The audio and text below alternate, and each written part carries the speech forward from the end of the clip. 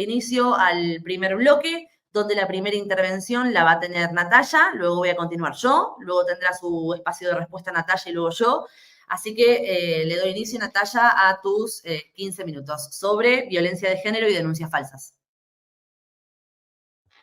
Te tenés que desmutear, Nati.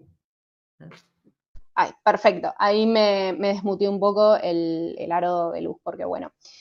A ver, vamos a empezar a definir primero algunos conceptos que yo considero que a veces en redes sociales están mal definidos para poder abarcar este tema. En primer lugar está el tema, lo voy a definir muy rápido, el concepto de patriarcado. ¿Qué vendría a ser el patriarcado? Bueno, en un enorme resumen que voy a hacer acá de 2, 3 palabras, el patriarcado es un sistema de organización social que surge cuando los pueblos pasan de las sociedades que eran agrarias a descubrir el arte de la guerra, y obviamente eso implica que se empiezan a juntar en clanes donde el jefe de familia era un hombre.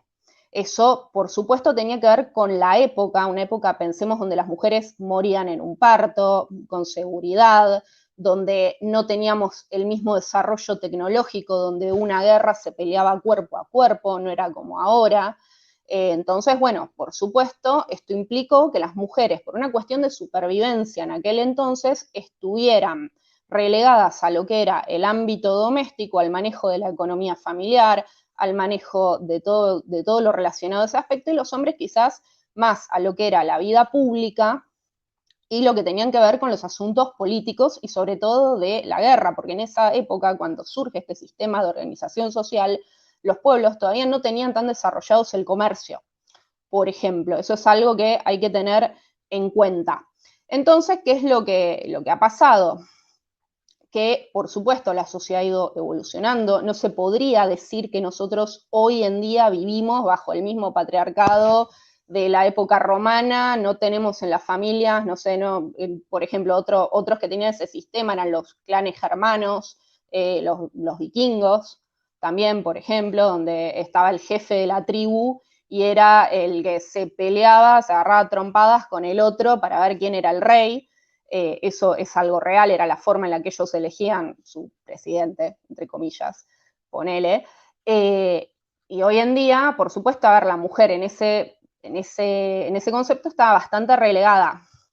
Hoy en día eso ha evolucionado, no podríamos decir que vivimos bajo ese mismo sistema, vivimos en Occidente, vivimos en sociedades que son democráticas, que tienen un consenso con derechos humanos, donde muchas cosas han cambiado. Sin embargo, muchos prejuicios, muchas cuestiones que nosotros arrastramos de nuestra historia en nuestro inconsciente colectivo siguen vigentes a la hora de tratar a los hombres y mujeres. En este sentido, el patriarcado afectaría también a los hombres y mujeres de formas que son distintas. En este sentido, tenemos que hablar del concepto de la violencia de género. La violencia de género es la violencia que se comete contra la mujer por motivos de pertenencia al sexo femenino, o sea, que tiene como base lo que tendría que ver con la misoginia, con el odio hacia la mujer. Cualquier forma de violencia contra la mujer no necesariamente es violencia de género. Para que nosotros estemos hablando de violencia de género, tiene que estar ese componente de discriminación o de odio en base al sexo. Y si bien es verdad que en las sociedades occidentales nosotros tenemos el principio de igualdad ante la ley, y en teoría nosotras no tenemos un derecho por encima del de los hombres ni ellos por encima del nuestro, en teoría, lo cierto es que en la práctica esa igualdad muchas veces no se reproduce. O sea, no se cumple, perdón, no se reproduce, sino no se cumple. Entonces, lo que nosotros terminamos viendo en muchas resoluciones judiciales, por eso hablamos de perspectiva de género, es que a veces muchos jueces no tienen en cuenta que para que podamos hablar de una igualdad entre géneros y hacer cumplir la ley, también tenemos que hablar de ciertos conceptos de equidad. Perspectiva de género quiere decir es cuando tenemos un caso donde se involucran cuestiones de violencia contra la mujer por su condición de mujer, ser capaces de mirar y observar ciertas desigualdades históricas o lo que ha llevado a esa mujer a vivir ciertas situaciones de violencia y aplicar la ley de forma equitativa, teniendo esto en cuenta. No implica darle la razón a la mujer en cualquier caso, no implica, por ejemplo, darle el cuidado personal, pero yo voy a decir tenencia para que todos lo entiendan, la tenencia de un hijo a una madre maltratadora. Una perspectiva de género bien aplicada, por ejemplo, implica, no sé, que vos tenés una mamá que siempre fue ama de casa, siempre se dedicó a los hijos, esa mamá se separa y quizás no gana tanto como el papá o no está bien incorporada al mercado laboral, bueno, que quizás el hombre ahí pague un poco más lo que son los gastos económicos de los niños, hasta que la mujer se pueda reinsertar un poco más, o bueno, que tener en cuenta que esa cuota la está pagando en pos del beneficio de sus hijos, de que tengan una madre funcional. No quiere decir que caigamos en casos vergonzosos de la justicia argentina, que han sido hartamente conocidos y que, bueno, también vamos a tocar, donde eso se aplica de una forma totalmente superficial, diciendo, bueno, le voy a dar la razón a una mujer por el hecho de ser mujer. Bueno, no, eso no es perspectiva de género, o por lo menos no es una perspectiva de género bien aplicada. Entonces, bueno, en ese sentido, esos conceptos creo que son importantes para tener en cuenta, y yo clasifico, Valen, decime cuando me esté pasando de tiempo, yo clasifico los países con respecto al tema de la igualdad ante la ley o la igualdad entre hombres y mujeres en 3.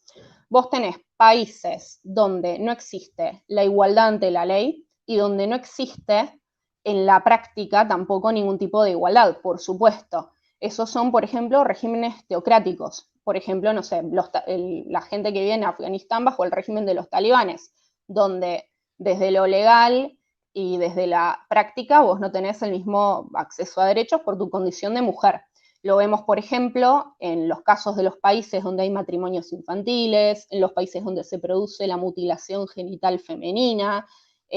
los países donde tienen policía de la moral. Por ejemplo, hace poco salió el caso de una chica que fue asesinada porque tenía puesto el velo, se le cayó un poco el velo y la mataron a golpes la policía de la moral. Eso generó una serie de protestas.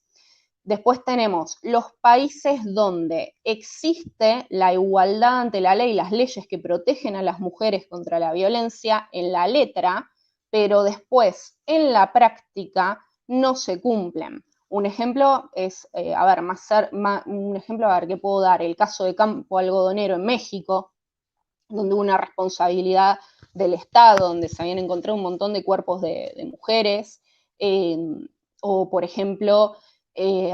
aquellos estados en México donde están tomados por el narcotráfico, donde la sociedad se verticaliza, donde hay muchísima más violencia. Por supuesto, esa violencia también la sufren los hombres, pero donde más impacta es sobre las mujeres y los niños, donde el asesinato de mujeres, la trata de personas es normalizada. Por ejemplo, algunos países de Medio Oriente, donde está prohibido el matrimonio infantil, está prohibida la quema de viudas, pero eso, por ejemplo, en la práctica se hace. Países latinoamericanos como el nuestro, donde,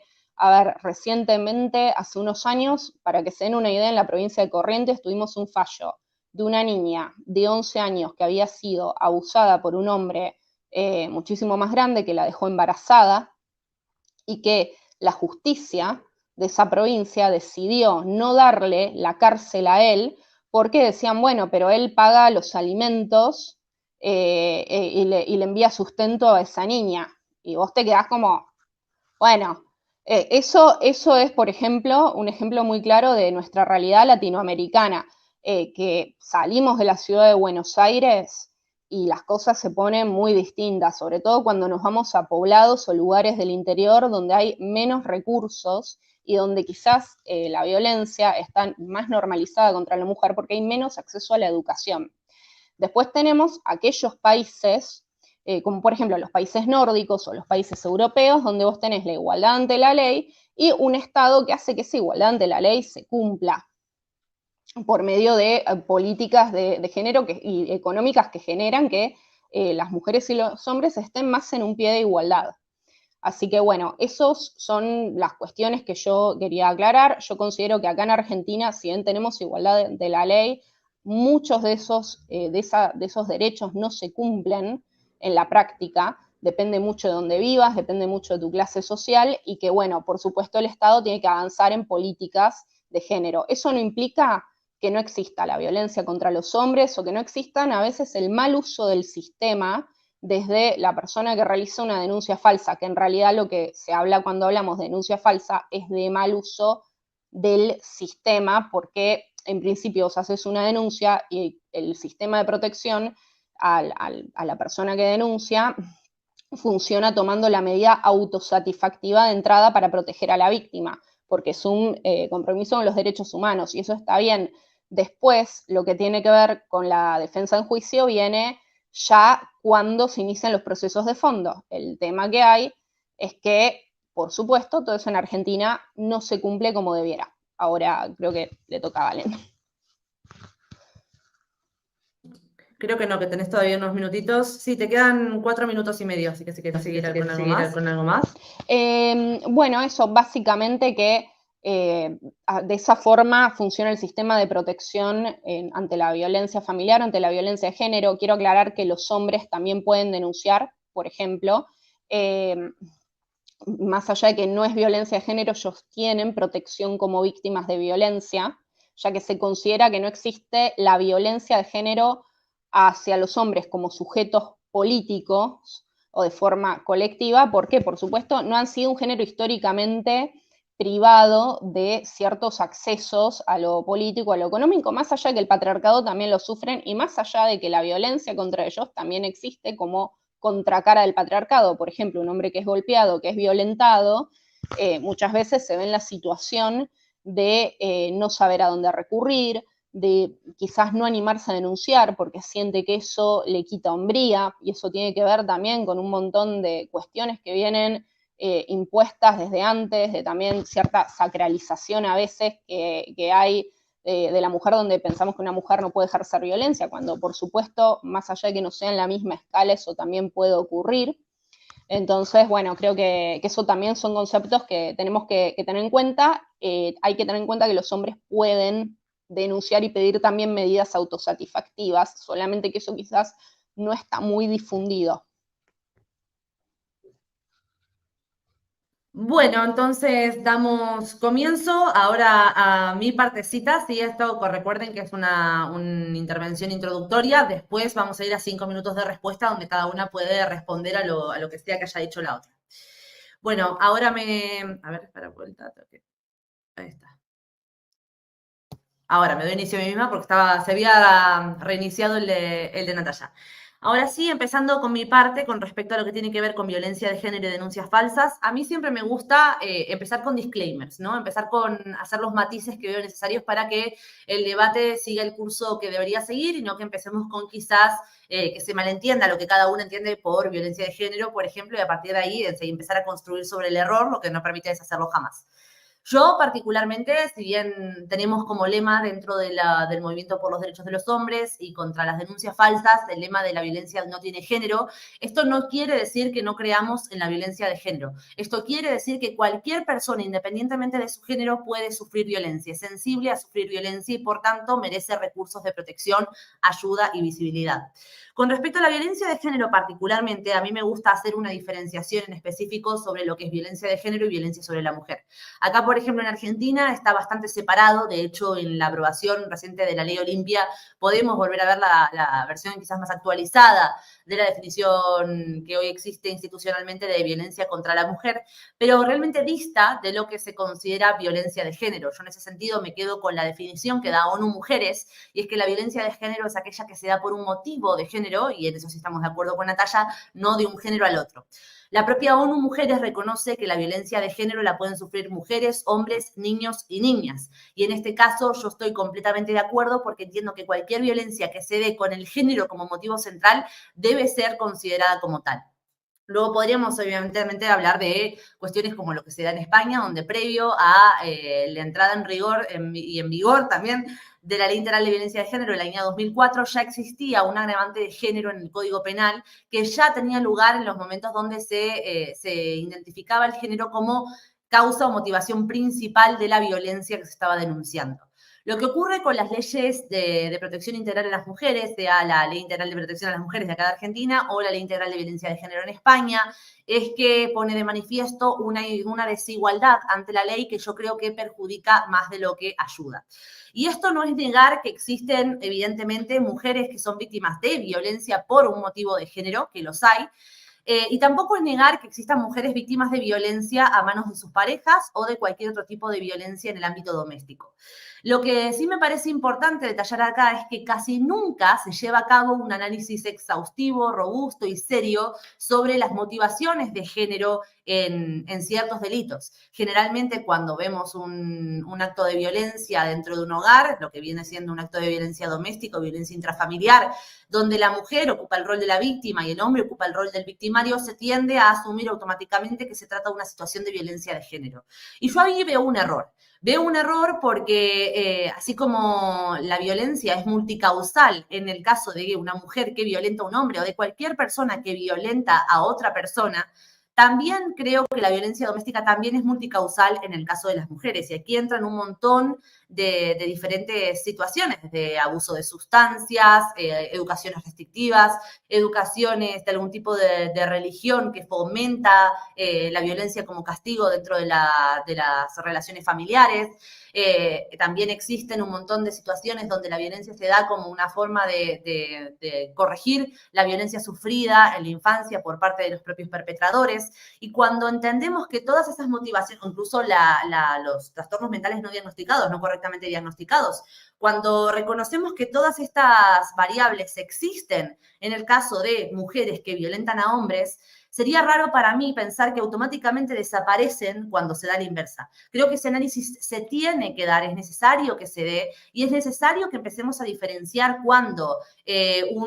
por poner un ejemplo muy burro, ¿no? Pero diferenciar cuando la típica situación que nos ponen como violencia de género de referencia, de que llega un hombre a la casa después de trabajar y ve que la mujer tiene el pollo frío o que no hizo la comida o que no tiene la casa como ella le gustaría y la revienta a hostias por hablar mal y pronto, ahí claramente estamos encontrando lo más probable una situación de violencia de género porque esa violencia tiene como motivación principal el género de su víctima y el rol que se espera que cumpla en la sociedad. Sin embargo, creo que no estamos hablando de lo mismo cuando nos encontramos, por ejemplo, a una persona que tiene una psicopatía no diagnosticada y que así que como podría haber explotado en esa situación de violencia con su mujer, podría haber explotado con un compañero de trabajo, podría haber explotado con un hijo, podría haber explotado en una situación en la vía pública cuando a alguien se le cuela la parada del subte. Entonces yo creo que en esas situaciones es importantísimo que empecemos a hacer ese análisis riguroso porque creo que cuando identificamos mal el problema, identificamos mal la solución. Y esto no es desmeritar aquellas situaciones donde una mujer realmente es víctima de una situación de violencia motivada por su género, sino todo lo contrario, que permite arrojar luz y ser mucho más transparentes en el análisis de por qué se da esta violencia.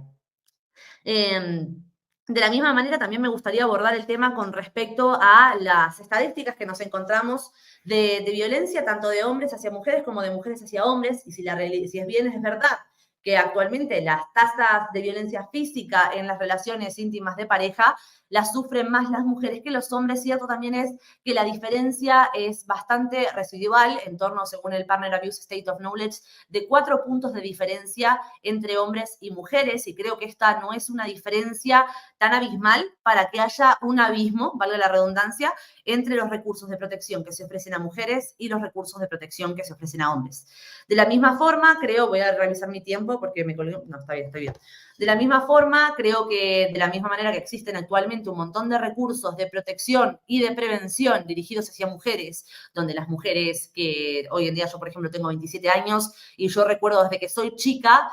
recibir el mensaje en el colegio, en los medios de comunicación, en mi familia, de saber identificar la violencia, saber cuando algo no es amor, saber cuando algo es intolerable. He escuchado desde chica que lo que te hiere no es amor. He escuchado desde chica consejos para prevenirme a mí misma y a terceros de un posible abuso sexual y sin embargo es un análisis que no se está haciendo a la inversa y que esto también nos impide llegar a una conclusión clara de cuántos hombres están siendo víctimas de malos tratos a manos de sus parejas, de abusos sexuales y creo que también acá es donde entramos con el tema de las denuncias falsas. Y esto para mí tiene como origen, si bien las denuncias falsas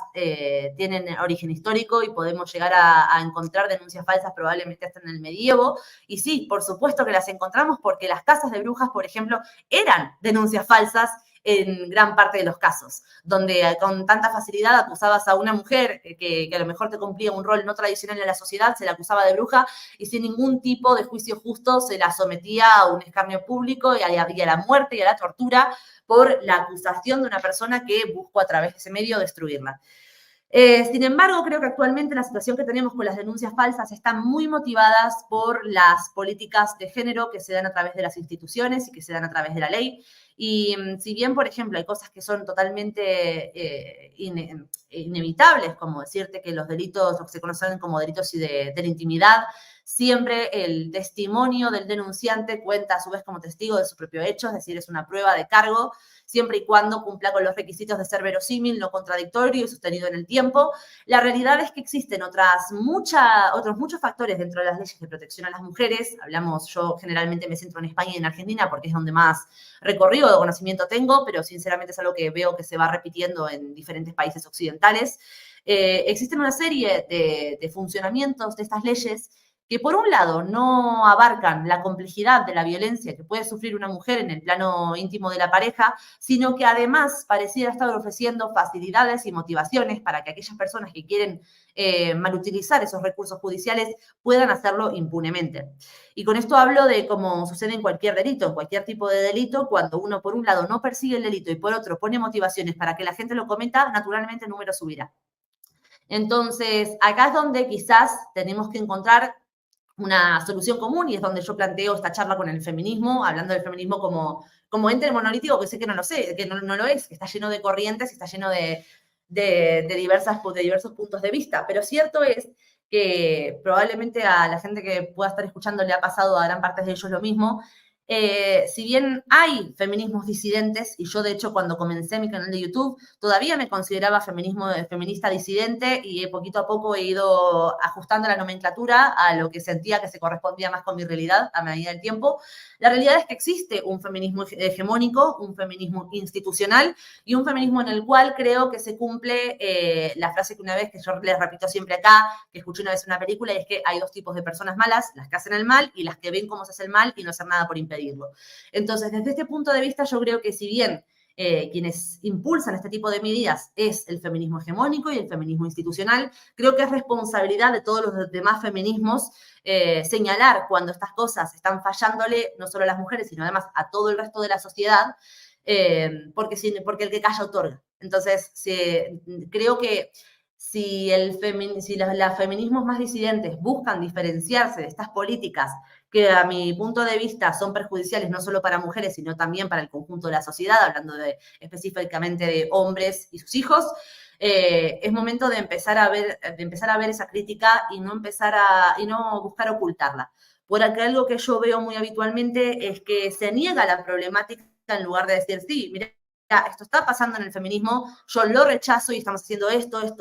y esto para combatir esa visión hegemónica del feminismo que no nos representa. Por así decirlo, por ejemplo, yo creo que las leyes de protección a las mujeres tienen una serie de beneficios que pueden ser muy buenos para mujeres que estén siendo víctimas de diferentes tipos de violencia, pero creo que le fallan a la sociedad en el momento en el que los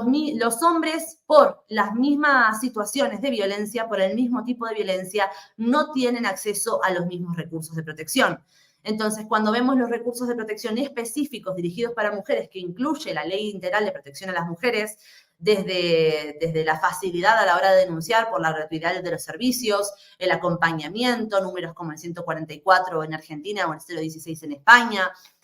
Cuando hablamos de todos los recursos que comprenden la situación específica de una persona que está siendo víctima de violencia a manos de su pareja, esos recursos son recursos a los que un hombre viviendo en la misma circunstancia no se puede atener. Voy a revisar el tiempo nuevamente, me quedan 3 minutos y medio. Con respecto a la definición de patriarcado, yo particularmente estoy bastante de acuerdo en cierta parte con lo que dice Natalia. Yo creo que actualmente no vivimos en un patriarcado y quizás mi visión del patriarcado es diferente a la que tiene Natalia, pero sí que concuerdo en su origen. Su origen tiene lugar a través de patriarcas, el gobierno del padre,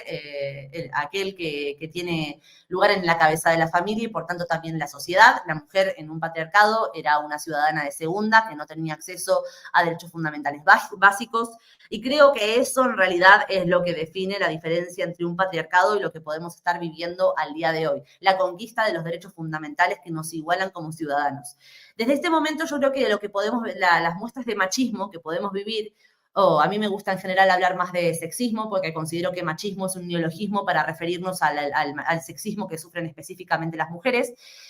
Son realmente vestigios de lo que en algún momento fue un patriarcado, pero que actualmente no estamos en él porque, de hecho, no solo estamos en igualdad ante la ley, sino que, como decía previamente, hay situaciones concretas donde la mujer tiene unos beneficios o se puede acoger a ciertas protecciones legales que los hombres no tienen.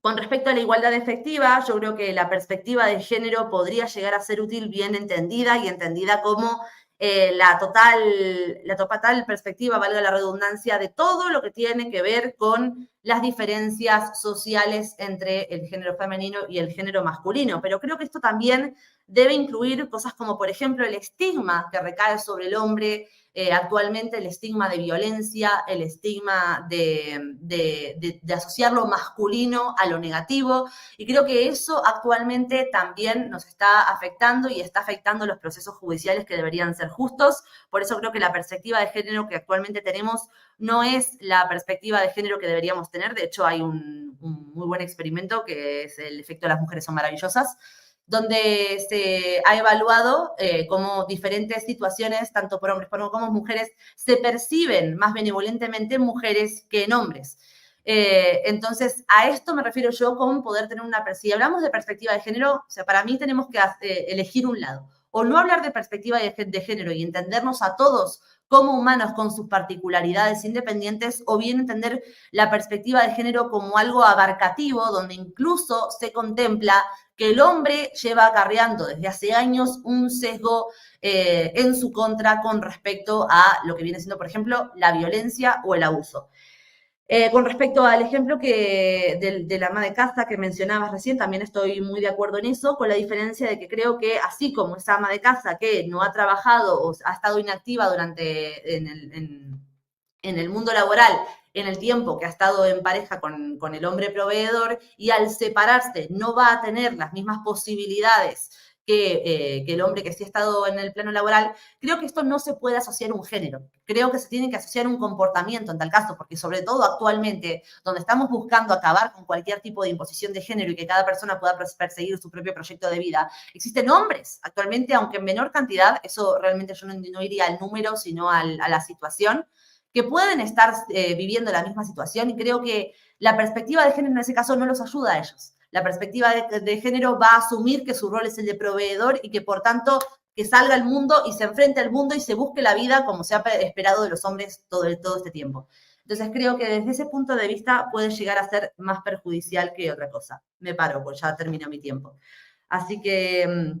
nada, le toca nuevamente su turno a Natalia y sus 5 minutos que doy comienzo. Hola, ¿ahí me escuchás? Perfecto. Mira, con respecto a varios puntos que vos mencionás,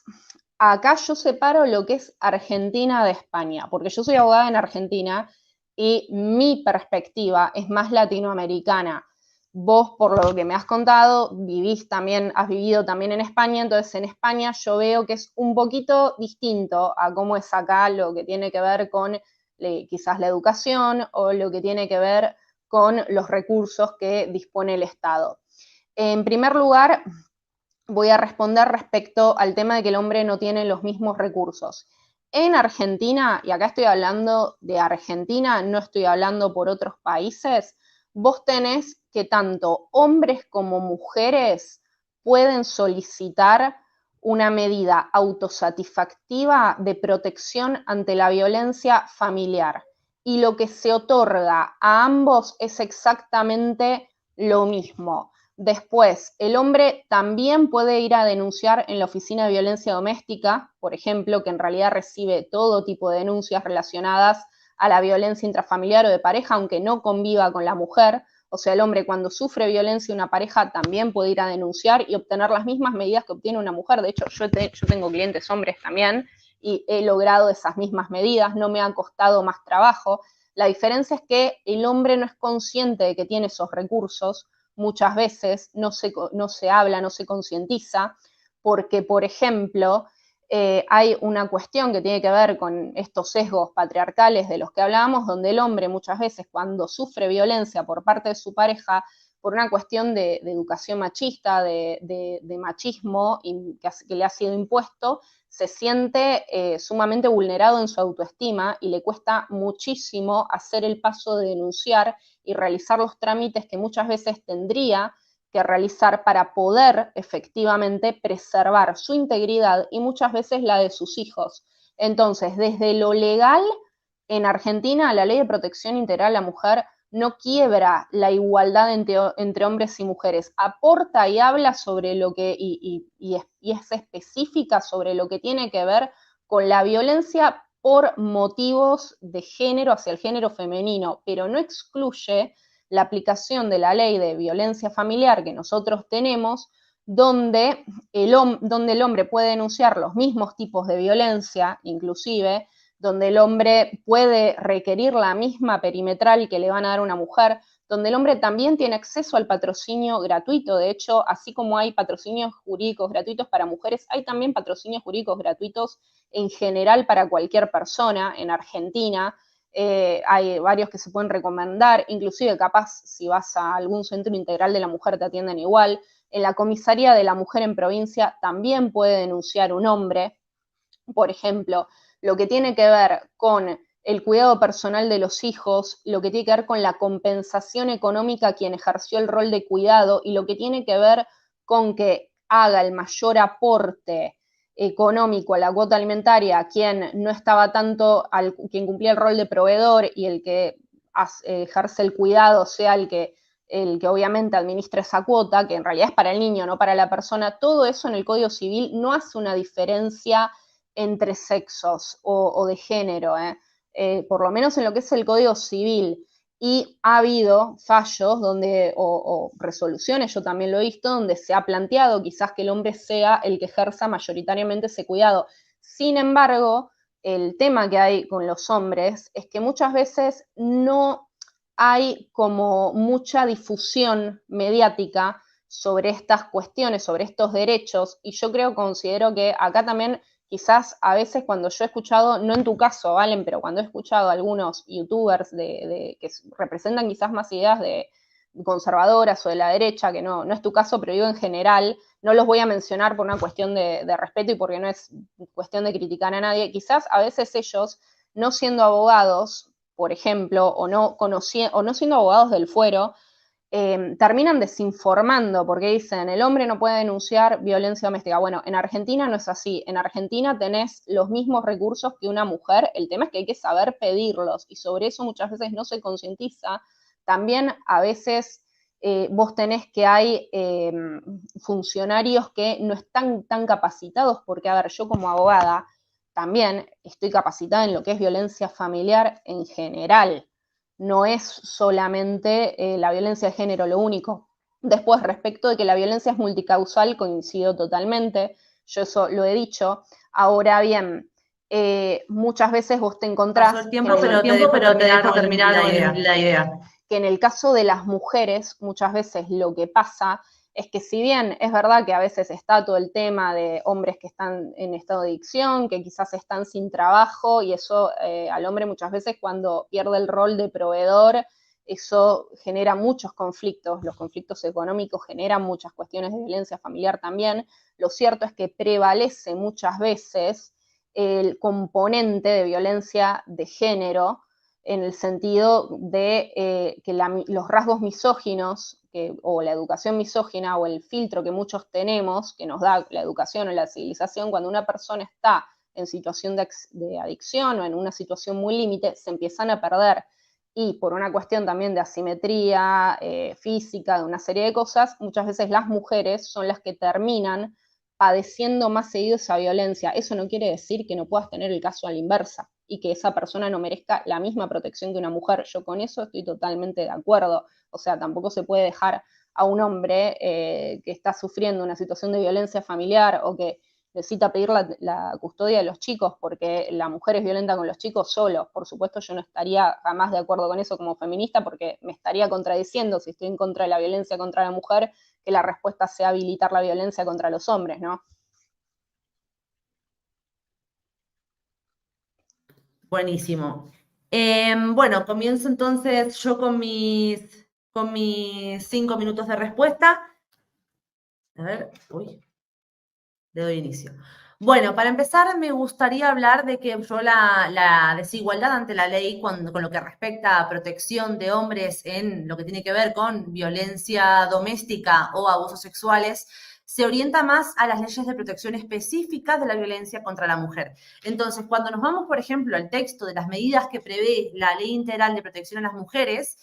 nos encontramos que, por ejemplo, implica campañas de educación y capacitación orientadas a la comunidad de informar, concientizar y prevenir la violencia contra las mujeres, unidades especializadas en violencia en el primer nivel de atención que trabajan en la prevención y asistencia de hechos de violencia, la asistencia interdisciplinaria para la evaluación, diagnóstico y definición de estrategias de abordaje, los grupos de ayuda mutua, la asistencia y patrocinio jurídico gratuito, la atención coordinada con el área de salud, la atención coordinada con el área social, los programas de asistencia económica, los programas de acompañantes comunitarios, los centros de día para el fortalecimiento integral, las instancias de tránsito para la atención y albergue de mujeres, los programas de reeducación, que esta es una que me llama especialmente la atención, programas de reeducación destinados a los hombres que ejercen violencia. Esto es algo a lo que jamás un hombre se va a poder acoger, incluso aunque viva la exacta misma situación que una mujer que sí puede acogerse a estas medidas de protección. Y ahí es donde yo creo que el feminismo le falla a las mujeres que persiguen una verdadera igualdad ante la ley. A mí me parece incluso hasta insultante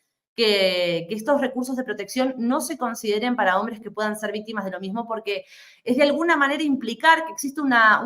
naturaleza diferente entre hombres y mujeres, donde no importa la circunstancia social que individualmente estés transitando, no importa tu contexto, no importa lo que hayas vivido, no importa la violencia que hayas sufrido, lo que importa es tu género, y tu género está definido por tu nacimiento, por tu sexo, y esto es lo que vas a hacer toda tu vida. Entonces, a mí me parece insultante para mujeres, pero específicamente me parece violento para con los hombres, y me parece que desproteger a los hombres de este tipo de situaciones y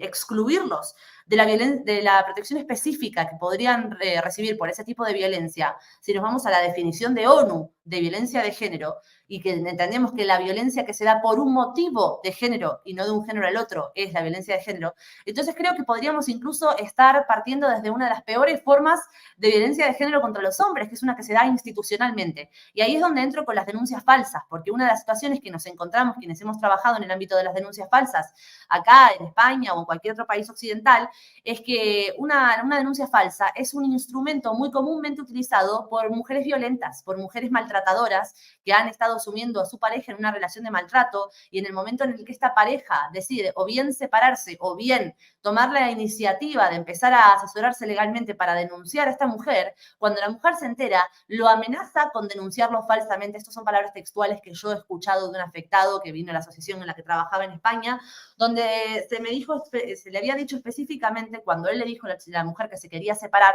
le dice, vos te vas, en español, no en argentino, pero vos te vas de esta casa y yo voy ahora a la comisaría y te pongo una denuncia por violencia de género, y sabes que yo tengo las de ganar, así que más te vale no ir.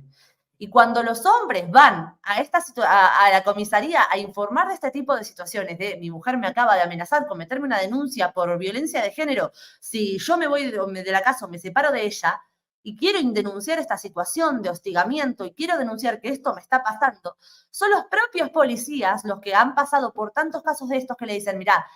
te aconsejo que no, porque vos la llegás a denunciar, después viene ella y te denuncia a vos, y ella igual va a tener el punto de credibilidad que vos no vas a tener, porque todo el mundo va a presuponer desde este estigma de violencia, como te digo, esto ya no son palabras de policía, son mis palabras, ¿no? Desde este estigma de violencia, que por el hecho de que vos seas el hombre y ella es la mujer, probablemente el violento seas vos. Con respecto, a ver, déjame volver acá los apuntes. Con respecto a lo que tiene que ver directamente con denuncias falsas, por ejemplo, cuando nos vamos a las estadísticas, y esto es otra de las cosas donde yo me peleo fuertemente con el feminismo, y es por eso que ya no acuño esta terminología para referirme a mí, aunque yo persigo la igualdad entre hombres y mujeres. Y es que yo tengo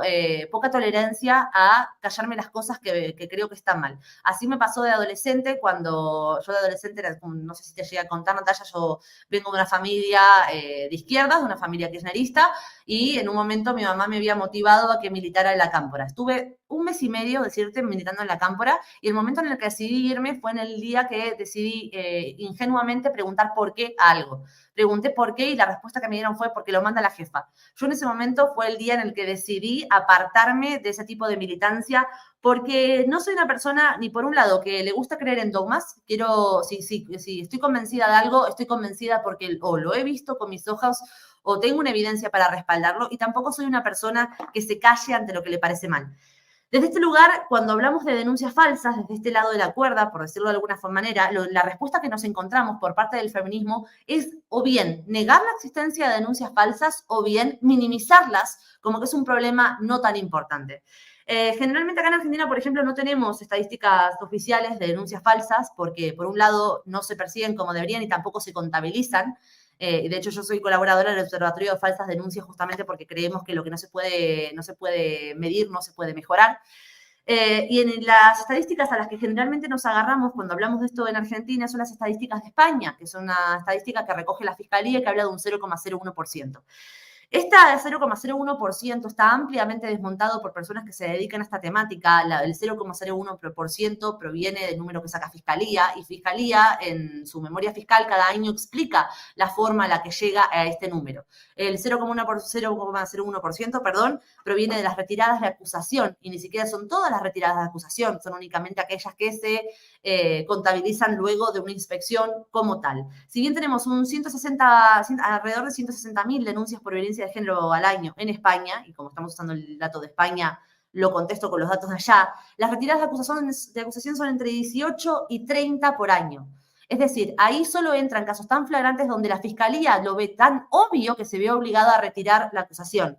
Ahí no entran las condenas por denuncia falsa, no entran las condenas por simulación de delito, no entran las condenas por falso testimonio, y por supuesto no se analiza entre ese 80% de denuncias falsas, ese 80% de denuncias que quedan o en archivos o absoluciones. Es decir, el 0,01% es 0,01% de las 160.000 denuncias por año, pero en realidad es un número bastante peligroso porque solo se analizan de 18 a 30 por año, por lo cual estamos hablando de un 40% de las denuncias evaluadas. Entonces, de las denuncias evaluadas, el 40% son falsas. Por lo cual, creo que deberíamos empezar a buscar primero una forma de que el feminismo reconozca que las falsas denuncias existen, y segundo, que busque combatirlas, entendiendo que una falsa denuncia no solo afecta a la persona que la sufre, sino también le arrebata recursos a las personas que son verdaderamente víctimas. Y no podemos llegar a un lugar de luz, a un lugar donde podamos encontrar soluciones, si seguimos enfrentándonos en un debate sobre que las denuncias falsas no existen o que son un problema minoritario. Y creo que si al feminismo le interesa realmente proteger a esos hombres que verdaderamente sufren denuncias falsas, si le interesa proteger a las mujeres que son víctimas de violencia en la pareja, entonces tenemos que reconocer las denuncias falsas, contabilizarlas como tal y perseguir a aquellas personas que cometan este atroz delito. Cierro mi parte porque creo que me pasé unos segundos, pero bueno, ahí quedamos más o menos compensadas entre las dos. Ahora te respondería yo, ¿no? Perfecto. Sí, me toca a mí. Bueno, en primer lugar, yo no considero que necesariamente la responsabilidad de que los hombres no tengan este acceso sea particularmente de la Ley de Protección Integral a las mujeres. A ver, en la práctica acá en Argentina los hombres tienen acceso a patrocinios jurídicos gratuitos, tienen también el mismo acceso a servicios de asistencia psicológica gratuitas, o acompañamiento. Mucho de lo que vos nombrás de la Ley de Protección Integral de las Mujeres en Argentina en la práctica no se cumple. De hecho, como políticas,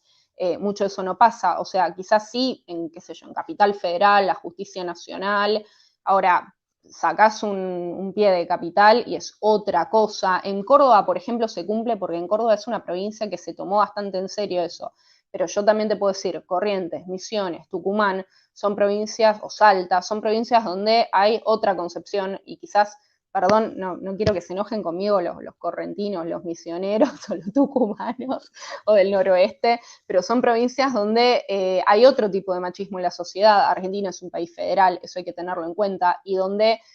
por ejemplo, no vamos a ver lo mismo que vemos en Buenos Aires o en Córdoba. De todas maneras, yo como feminista acá aclaro algo. Yo sí estaría de acuerdo con que se ampliara un poco la legislación de lo que tiene que ver con la violencia intrafamiliar o la violencia vincular y empezar a introducir otras cuestiones, porque como vos bien decís, muchas mujeres, eso yo lo he visto dando asesoramiento legal a hombres víctimas de violencia, muchas mujeres cuando ejercen violencia a ellas, cuando ellas son las golpeadoras o cuando ellas son las que violentan al hombre, lo primero que hacen es utilizar el tema de realizar una falsa denuncia como arma.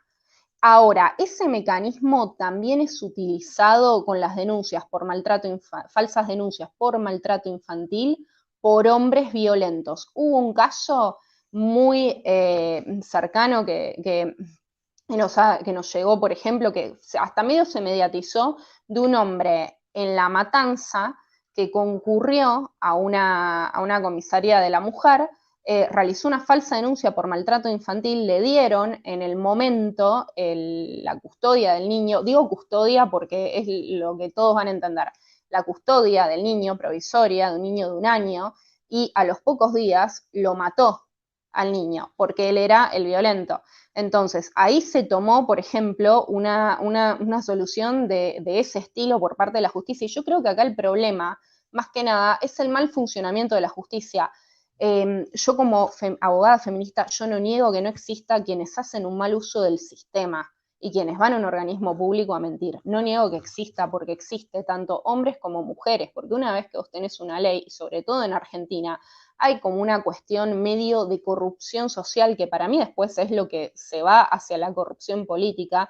donde la gente utiliza ciertos mecanismos sin conciencia. Yo como abogada feminista te puedo decir que la violencia por motivos de género contra la mujer es algo sumamente grave, como para que alguien ande jugando con eso y haciendo este mal uso, que afecta muchísimo la credibilidad de las víctimas, porque después es la chica con menos recursos, más humilde, la que se ve mayormente afectada, porque un funcionario público que, por ejemplo, hizo lugar a una falsa denuncia y quizás un niño producto de eso terminó muerto, después de eso va a ser mucho más reticente a tomar medidas o a